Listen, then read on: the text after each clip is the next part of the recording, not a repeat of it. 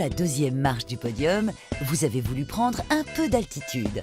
C'est vrai que du haut de ses 324 mètres, la Tour Eiffel ferait presque de l'ombre aux autres monuments parisiens. On se demande même quelle autre tour mythique lui arrive à la cheville. La Tour de Babel? Trop irréel. La Tour de Pise? Trop de travers.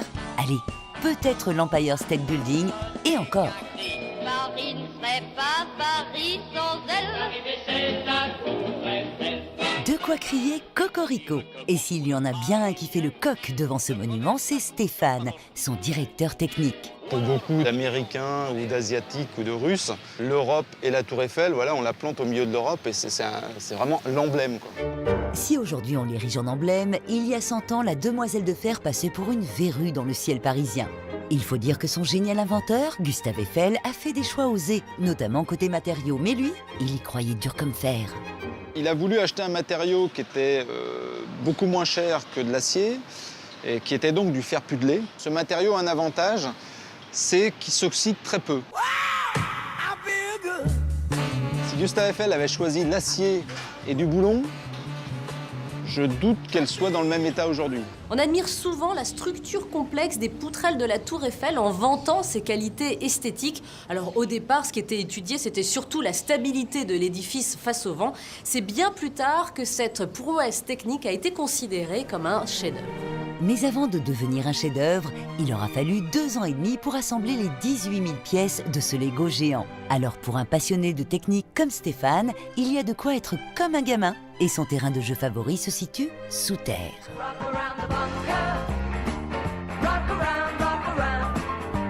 Cet endroit, en fait, se trouve sous le Champ de Mars. On est sous terre à un peu plus de 2 mètres de profondeur. Et c'est la première station radioélectrique militaire française en 1913, donc pendant la Première Guerre mondiale. On arrive déjà à transmettre pratiquement jusqu'aux Amériques, à 6000 km de distance. Une prouesse technique qui permettra même à la tour de sauver sa peau. Construite à l'occasion de l'exposition universelle de 1889, elle ne devait rester sur pied qu'une vingtaine d'années. Mais Gustave Eiffel prend les choses en main, les télécommunications vont lui permettre de garder la tête haute. La Tour Eiffel est toujours là. Bonjour la Tour, bonjour, bonjour Paris. Et donc, la tour devient le centre de transmission France. Et ce n'est plus un monument qui se visite et simplement un monument esthétique, ça devient stratégique et c'est ce qui va sauver la tour. On lui doit notamment la diffusion des premières émissions de radio et de grands moments de télé, comme le couronnement de la reine d'Angleterre en 1953. Mais la Tour Eiffel ne sera pas seulement pionnière en matière de télécommunications.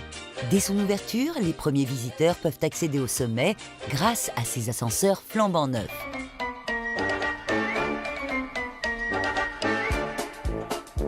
Et c'est dans cette salle de machines qu'on les contrôle.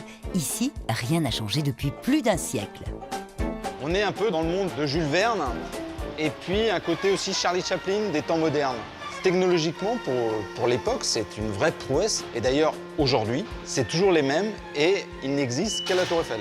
Et les techniciens de la Tour Eiffel ont une petite recette bien à eux pour bichonner les machineries historiques. Dans cette gamelle, il y a de la graisse de pied de bœuf qui sert à graisser le piston. Alors, il faut savoir que cette graisse est alimentaire, c'est ce qui sert à faire des frites en Belgique. On garde ce savoir-faire depuis 1889. Ce soir, il y a frites. Et une centaine d'années plus tard, ces ascenseurs ont toujours autant la frite. Chacun d'entre eux transporte même jusqu'à 9000 visiteurs par jour. Mais pour certains privilégiés, il existe un sésame qui leur permet d'échapper à l'affluence. Salut, ça va? Ça va? Un passe-partout et coupe-fil que détient Savin Eiffel, l'un des descendants de l'illustre inventeur de la tour. Il nous emmène au 3e étage devant le musée de cire. C'est ici que tout jeune, il prend conscience de son héritage. Je me rappelle très bien, je devais avoir 4 ou 5 ans. Ma mère m'a montré la statue de cire de Gustave et elle m'a dit voilà, ça c'est ton arrière-arrière-grand-père, c'est lui qui a construit cette tour. Et j'étais tout petit, mais tout de suite j'ai compris que c'était un truc important, que c'était assez impressionnant. Et j'étais très fier. Et ce célèbre ancêtre aimait manifestement son petit confort. Ici, autrefois, il n'y avait pas de touristes. Il y avait juste une petite barrière et les 100 mètres carrés d'appartements que Gustave s'était réservé en haut de la Tour Eiffel. Un lieu de vie qui sert aussi de laboratoire pour ses expériences scientifiques comme la chute des corps. Par la suite, ses descendants ne seront pas mécontents de pouvoir profiter de ce petit cocon. Ça, c'est ma grand-mère avec Gustave Eiffel. Et la même, quelques années plus tard, en 1935, pour sa nuit de noces, petit déjeuner au champagne sur le toit du monde. Toi, mon toit. De nos jours, plus besoin de s'appeler Eiffel pour pouvoir trinquer sur le toit du monde. Si le champagne est l'un des péchés mignons des visiteurs de la Tour Eiffel, certains privilégiés peuvent aussi tenter une expérience gastromécanique. Vous pouvez m'amener un écrou là pour la 35 s'il vous plaît? Sous ses airs un peu bruts, cet homme au tablier blanc gère les petites douceurs du restaurant Une Étoile du 2e étage, où l'on s'amuse à servir la Tour Eiffel en pièces détachées. Voilà. Idem, en version brasserie, un étage en dessous. Ici, on propose une version plus accessible aux clients gourmands, dont Stéphane a l'air de faire partie. Ah, parfait. Très bien, merci beaucoup. C'est toujours sympa, on y travaille, on la voit. Et puis de temps en temps, de l'avoir dans son assiette en chocolat, c'est une autre façon aussi de la voir, quoi, qui est très agréable. Impossible d'être rassasié face à la mythique demoiselle de fer. Allez, vous en reprendrez bien un tour.